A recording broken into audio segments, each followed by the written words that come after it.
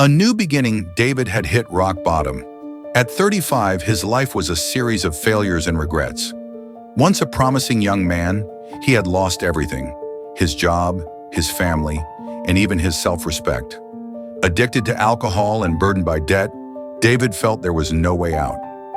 Every morning he woke up to the same suffocating emptiness.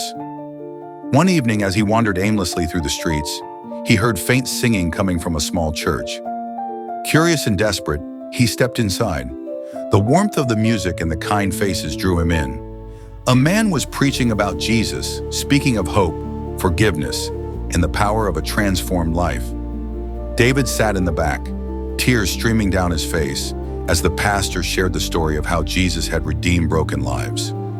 When the altar call came, David hesitated, but something in his heart urged him forward. That night, he knelt before the cross and surrendered his life to Jesus. From that moment, everything began to change. It wasn't easy.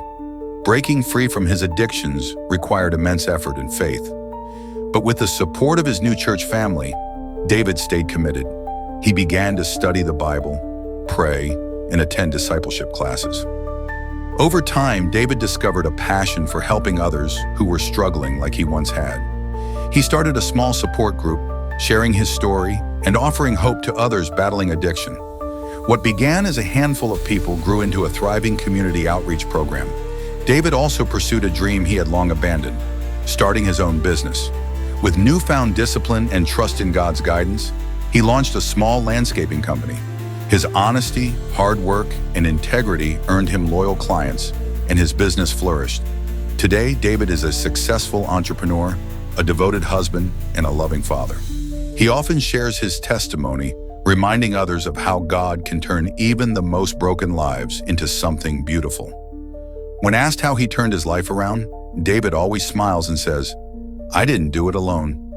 Jesus gave me a second chance, and I'm living proof that with him, anything is possible."